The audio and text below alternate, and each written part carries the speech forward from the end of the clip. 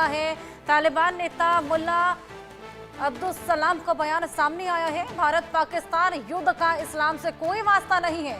इस्लाम के नाम पर पश्तूनों को उकसा रहा है पाकिस्तान। पश्तूनों को मुनीर शहबाज के बहकावे में नहीं आना। पश्तूनों को जिहाद के नाम पर भड़का रहा है पाकिस्तान। सियासी जंग से इस्लाम का कोई भी लेना देना नहीं है। पाकिस्तान के लिए सिर्फ सियासी जंग है। यानी कि अब अंदर ही अंदर लोगों को समझ आने लगा है। तालिबान भी यहाँ पर पाकिस्तान के खिलाफ भड़क गया है।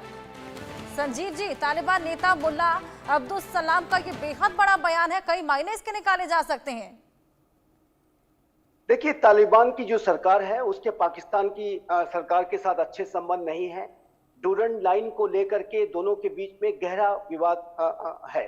और अफगानिस्तान की जो तालिबान की सरकार है वो भी डूरंड लाइन को नहीं मानती।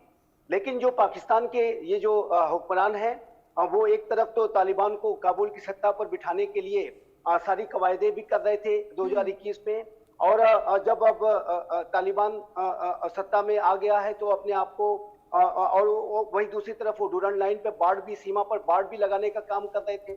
और ये जो तालिबान की सरकार है और अफगानिस्तान की फॉर दैट मैटर किसी भी सरकार ने कभी भी डूरंड लाइन को मान्यता नहीं दी। और पाकिस्तान के हुक्मरानों ने जो पश्तून आबादी है उसको डिवाइड करके रखने की साजिश के तहत ये बाड़ लगाने का काम किया था। पश्तून आबादी बहुत बड़ी है, पाकिस्तान में पश्तून सबसे ज्यादा है और उसके बाद दूसरे नंबर पे अफगानिस्तान में पश्तूनों की संख्या है। खैबर पख्तूनख्वा में ये जो पश्तून आबादी है वो अफगानिस्तान के जो पश्तून आबादी के साथ मिल करके उनके साथ एक क्लोज इंटरेक्शन रखना चाहती है। लेकिन जो पाकिस्तान के जो हुक्मरान हैं उनको डिवाइड करना चाहते हैं, क्योंकि ये पाकिस्तान के हुक्मरानों के अंदर ये लगातार इस बात की आशंका रहती है, पंजाबी सुन्नी जो वहाँ की सेना है पाकिस्तान की डोमिनेशन वाली, कि ये जो पश्तून आबादी अगर एक हो गई तो वो स्वतंत्र पश्तूनिस्तान की मांग को और तेज कर देंगे। पाकिस्तान में पहले से हमने देखा कि एक पश्तून तहफ़्फ़ुज़ मूवमेंट वहाँ पर चलता है और उसके तहत पश्तून जो लोग हैं वो अपने लिए एक बेटर ऑटोनॉमी चाहते हैं, एक अलग राष्ट्र की मांग वहाँ चलती है। तो ये पाकिस्तान के हुक्मरानों का जो पश्तूनों को लेकर के भी जो उनका सेकेंडरी ट्रीटमेंट है उसकी वजह से पश्तून लोगों के अंदर भी बहुत गुस्सा रहता है।